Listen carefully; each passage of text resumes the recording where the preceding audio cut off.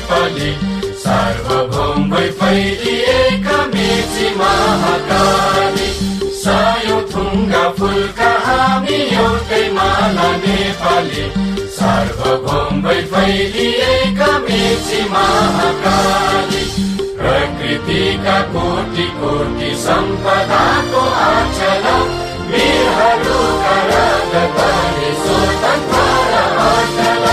ज्ञान भूमि शान्ति भूमि तराई पहाड हिमाल, अखण्ड यो प्यारो हाम्रो मातृभूमि नेपाल। बहुजाति भाषा धर्म संस्कृति छन् विशाल, अग्रगामी